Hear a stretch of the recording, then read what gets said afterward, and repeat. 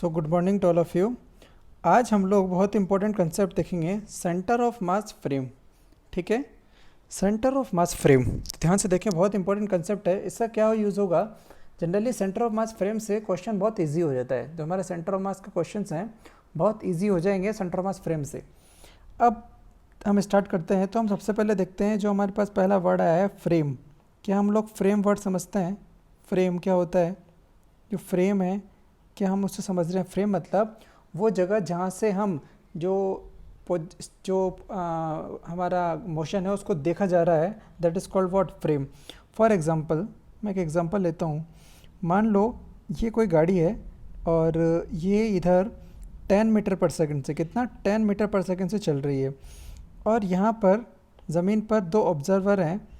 एक ऑब्ज़र्वर है वो इसको ध्यान से देख रहा है। तो जो ऑब्ज़र्वर देखेगा इसको, तो ये ज़मीन पर खड़ा हुआ है, तो इसको देखेगा तो पूछेंगे भाई साहब, इसको बोल देते हैं ए। तो पूछेंगे भाई साहब ए बताओ आपको गाड़ी की स्पीड कितनी दिख रही है? तो ए बोलेगा कि भाई साहब मुझे गाड़ी की स्पीड 10 मीटर पर सेकंड दिख रही है। ठीक है, किसकी स्पीड? वेलोसिटी ऑफ गाड़ी। वेलोसिटी ऑफ गाड़ी, गाड़ी मतलब क्या, इसको हम बोल सकते हैं वेलोसिटी ऑफ बाइक। बाइक बोल देते हैं वेलोसिटी ऑफ क्या? Bike, we bike. अच्छा भाई ठीक है। अब मैंने क्या किया, थोड़ी देर बाद एक दूसरे बच्चे को, जो कि सेम जो बच्चा था दूसरा वाला, वो भी सेम स्पीड से गाड़ी में, अपनी कार, अपनी मोटरसाइकिल में, अपनी बाइक में वो भी जा रहा था। तो उससे मैंने पूछा कि भाई साहब बी सेम 10 मीटर पर सेकंड से जा रहा था। इसको मैंने पूछा कि भाई साहब बी आप बताओ आपको गाड़ी की स्पीड, गाड़ी जो है ऊपर वाली गाड़ी की स्पीड कितनी दिखाई दे रही है? तो बोलेगा मुझे तो जो है इसकी स्पीड कुछ नहीं दिखाई दे रही, ये हमेशा मेरे सामने रहती है। क्यों? क्योंकि थोड़ी देर बाद जब ये पहले वाली गाड़ी यहाँ पे आ जाएगी इस जगह पे, तो दूसरी वाली गाड़ी भी जो है वो इसके रेस्पेक्ट में कहाँ आ जाएगी? सामने आ जाएगी। तो जो बी वाला है वो हमेशा देखेगा कि यार ए वाला हमेशा मेरे सामने है, तो ऐसा लग रहा है कि वो चल ही नहीं रहा है। ठीक है, तो बताओ क्या बी झूठ बोल रहा है? नहीं, बी झूठ नहीं बोल रहा है। एक्चुअली हुआ क्या कि ए जो था वो क्या था, ए जो मेरा था वो स्टेशनरी था। ए मेरा जो था वो स्टेशनरी ऑब्जर्वर था जो कि इस सिचुएशन को देख रहा था, इसलिए उसको इसकी स्पीड जो है वो 10 लगी। लेकिन बी जो है वो क्या कर रहा है, वो मूविंग है। तो ए भी ऑब्जर्वर है, जो बी है वो भी क्या है, मेरा ऑब्जर्वर। बी भी मेरा क्या है, ऑब्जर्वर है, और ए भी मेरा क्या है, ऑब्जर्वर है। लेकिन क्योंकि दोनों, एक चलते हुए देख रहा था, एक रुके हुए देख रहा था, इसलिए उसको गाड़ी की स्पीड, बाइसाइकिल की, जो मेरा साइकिल है, बाइक है, उसका स्पीड क्या दिखा, दोनों को अलग अलग दिखा। तो ये इंपॉर्टेंट पॉइंट होता है कि जो ऑब्जर्वेशन करने वाला है वो कहाँ से ऑब्जर्वेशन कर रहा है, उसके अकॉर्डिंग उसको कुछ चीज़ें दिखती है। ठीक है ना, तो इसे बोलते हैं फ्रेम। तो हम देख सकते हैं कि यहाँ पर फ्रेम दोनों का चेंज हो गया, तो आंसर भी दोनों का क्या हो गया, चेंज हो गया। ठीक है ना। अच्छा, अब हम देखते हैं सेंटर ऑफ मास फ्रेम क्या है और इसके किस तरह से क्वेश्चन हम लोग सॉल्व करेंगे। तो मैं एक एग्जांपल लेता हूँ। तो मान लिया कि मैंने क्या किया, इस तरह से दो ब्लॉक्स लिए। ये एक ब्लॉक लिया M1, इसका मास जो है वो M1 है और ये ज़मीन पर रखा हुआ है, और ये दूसरा ब्लॉक लिया M2। ठीक है, M1 और क्या, M2, और इनको क्या कर दिया मैंने, बीच में एक स्प्रिंग से बांध दिया। ठीक है ना। क्यों मैंने ऐसा सीन बनाया कि जनरली इस तरह के क्वेश्चन को ही हम लोग इस फ्रेम से करने वाले होते हैं। ठीक है ना, तो उसका एक सीन क्रिएट करने के लिए माइंड में मैंने ऐसा बना दिया। अब मैंने बोला कि आपको कि यार ये जो ब्लॉक M2 है वो V2 स्पीड से आगे मूव कर रहा है, और M1 जो है वो V1 स्पीड से आगे मूव कर रहा है। ठीक है ना। अब इसमें जो है आप इस सिचुएशन का ऑब्जर्वेशन कीजिए। फॉर एग्जांपल कि इस स्प्रिंग में कितना मैक्सिमम इलोंगेशन होगा, क्या और कुछ बातें हमें निकालनी होगी। ठीक है, तो कितना मैक्सिमम, फॉर एग्जांपल अभी हम ये लेते हैं कि इसमें मैक्सिमम एक्स मैक्सिमम कितना होगा। एक्स मतलब कितना, इलोंगेशन, इलोंगेशन कितना होगा वो हमें निकालना है। मान लो ये क्वेश्चन था।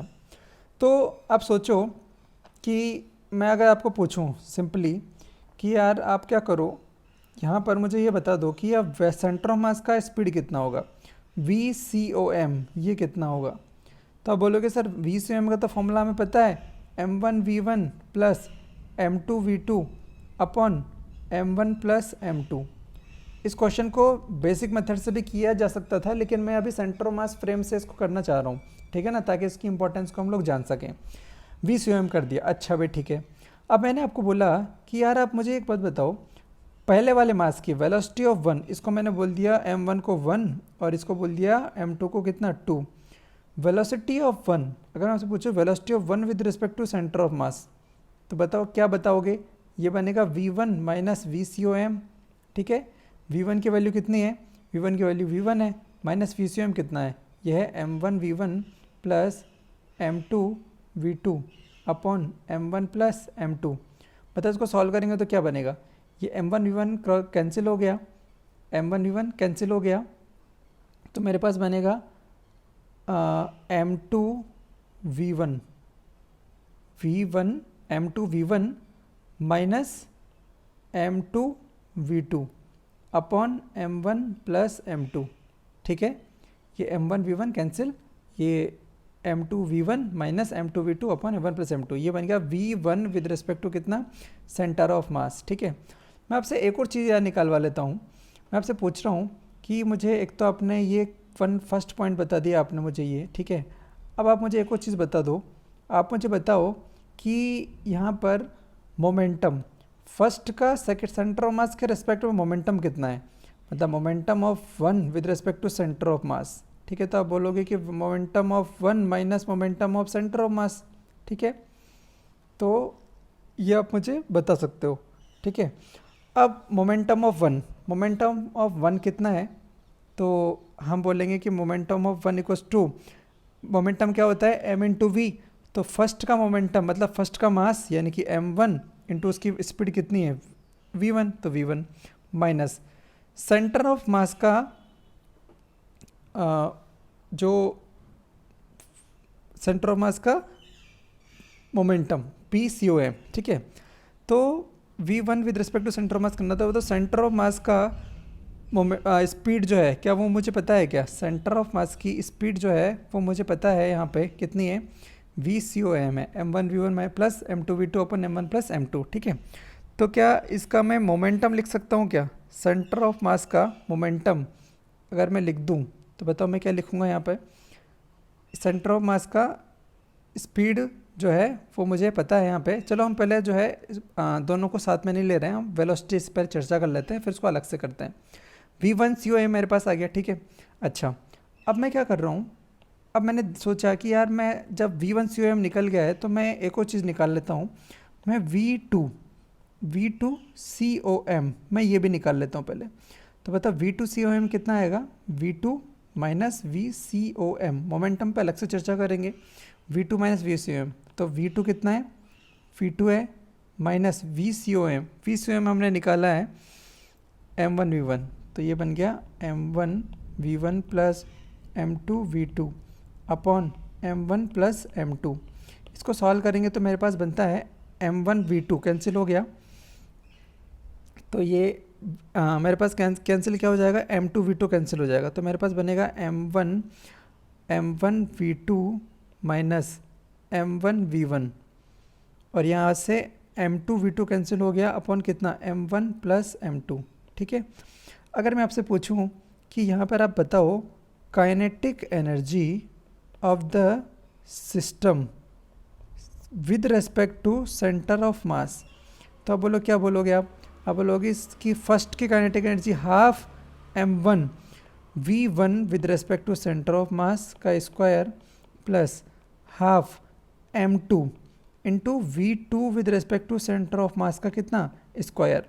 ठीक है, तो जब ये आप पुट करोगे वैल्यू, बताओ यहाँ से हम लोगों ने v2 COM की वैल्यू हम यहाँ से डाल सकते हैं। ठीक है, और यहाँ से हम देखें तो v1 COM की वैल्यू को इक्वेशन नंबर 1 से बोलते हैं और v2 COM की वैल्यू को इक्वेशन नंबर 2 से बोलते हैं, और अगर हम इसमें पुट करेंगे तो मैं सीधा आंसर लिख रहा हूँ क्योंकि मुझे याद है क्या आने वाला है, आप लोग सॉल्व कर सकते हो।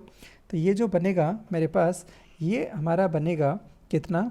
ये बनने वाला है half m1 m2 upon m1 plus m2। ये मैथ्स आप खुद से कर सकते हो, और अगर सही से करोगे तो आपके पास आंसर आएगा, और इतना इंटू v1 माइनस v2 का होल स्क्वायर। तो kinetic energy of the system with respect to centre of mass कितना है? इतना। यहाँ पे ये जो टर्म आई है m1 m2 अपन m1 + m2, इसको एक नया नाम देते हैं, इसको बोलते हैं रिड्यूस्ड मास। क्या नाम देते हैं इसको? रिड्यूस्ड मास। ठीक है, तो बताओ अगर इसमें रिड्यूस मास इसको म्यू बोल दूं, ये फ्रिक्शन कोफिशिएंट नहीं है म्यू, ध्यान से देखना, ठीक है ना, फ्रिक्शन कोफिशिएंट नहीं लिखा है मैंने, ये इसको रिड्यूस मास को म्यू से हमने डिनोट किया है। तो अगर मैं ऐसा बोलता हूँ तो बताओ मेरे पास एक फॉर्मूला बन जाएगा, क्या बन जाएगा? ये बनेगा हाफ म्यू, इसको बताओ, इसको मैं बोल सकता हूँ वी रिलेटिव का स्क्वायर। ठीक है, इसके रिलेटिव वेलोसिटी कितनी है? v1 - v2। ठीक है, तो kinetic energy of the system with respect to centre of mass, जब इसको मैंने निकालने का प्रयास किया तो ये मेरे पास कितना आया? ये मेरे पास इस तरह से हाफ म्यू वी रिलेटिव का स्क्वायर बन जाता है। ठीक है, बहुत बढ़िया। तो इसको याद रखें कि इस तरह से सेंटर ऑफ मास के रेस्पेक्ट में काइनेटिक एनर्जी का फॉर्मूला इस तरह से लिखा जा सकता है। ठीक है, अब इस पर बेस्ड हम एक क्वेश्चन कर लेते हैं।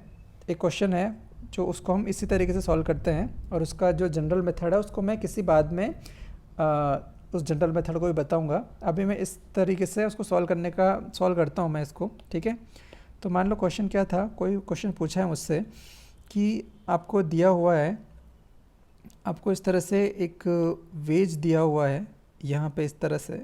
ठीक है, ये वेज आपको दिया हुआ है, लंबा सा एक वेज है जो कि कहाँ रखा हुआ है? जो कि स्मूथ सरफेस पे रखा हुआ है, स्मूथ सरफेस पे रखा है यहाँ पे। ठीक है, ये स्मूथ सरफेस पे रख दिया, ये स्मूथ सरफेस जो है इसको स्मूथ कर लो। अब मैंने क्या किया, इसका मास कैपिटल M ले लो, स्मॉल m मास का कोई एक छोटा सा ब्लॉक है, उसको इनिशियल स्पीड मैंने दिया v0 और उसको छोड़ दिया। तो बताओ क्या होगा? वो धीरे धीरे ऊपर जाएगा, धीरे धीरे ऊपर जाएगा। इसको ध्यान से एनालिसिस करते हैं हम लोग। तो बताओ अगर मैं क्या करूँ कि सेंटर ऑफ मास पे, अगर चलो मैं बिना सेंटर मास के फ्रेम पे थोड़ा एनालिसिस करके ट्राई करता हूँ क्या हो रहा होगा।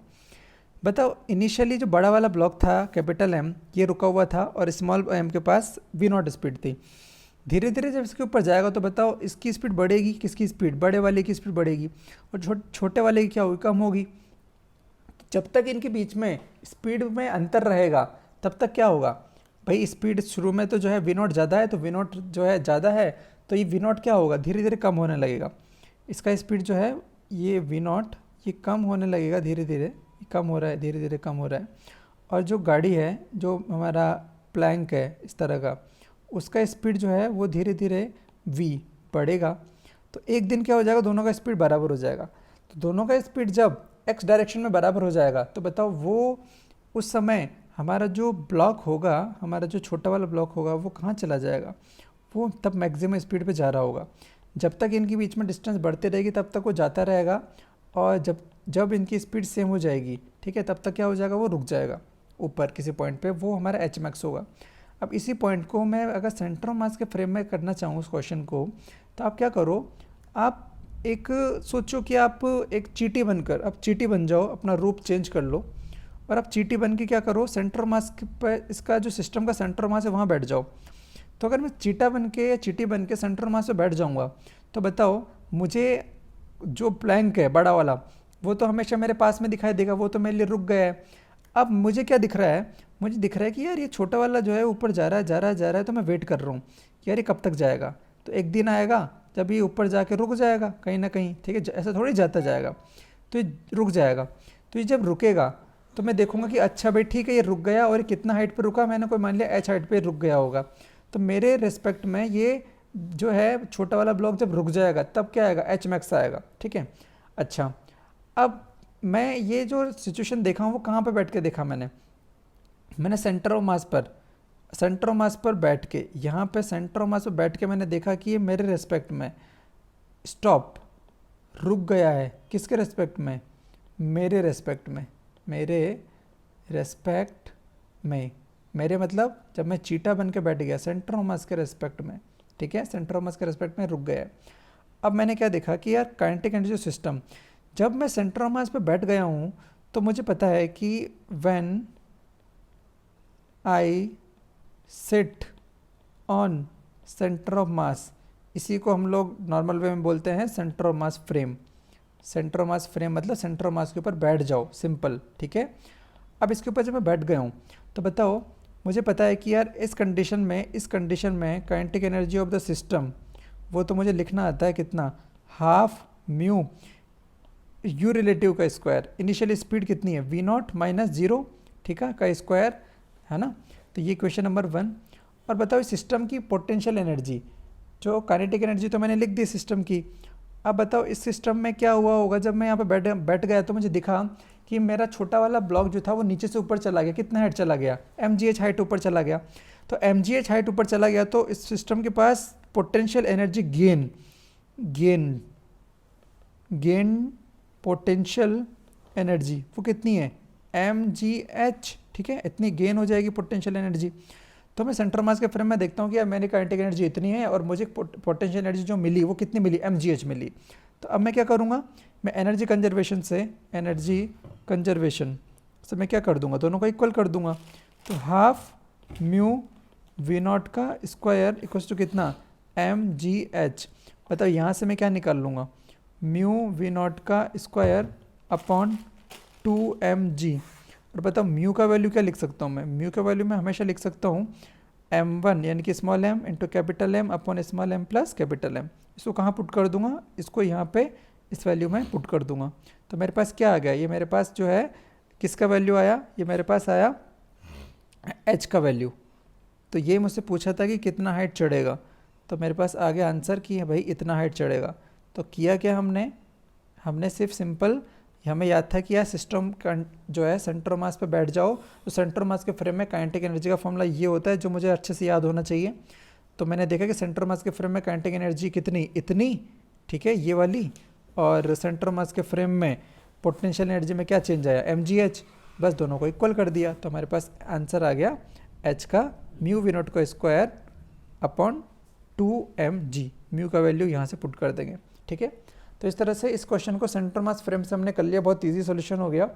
इसके नेक्स्ट में कभी मैं वीडियो बनाऊंगा तो उसमें बताऊंगा कि इस तरह के क्वेश्चन को जनरल कैसे सॉल्व किया जाता है। मान लो हमें पता नहीं है सेंटर मास फ्रेम, तो जनरल हम इस क्वेश्चन को कैसे सॉल्व कर रहे हैं, इस पर्टिकुलर क्वेश्चन को, तो उसके बारे में बात करूंगा। और इसके अलावा यहाँ पर सेंटर मास के फ्रेम में मोमेंटम की भी चर्चा की जाएगी, ठीक है। सो नेक्स्ट वीडियो के लिए अपडेटेड रहिए।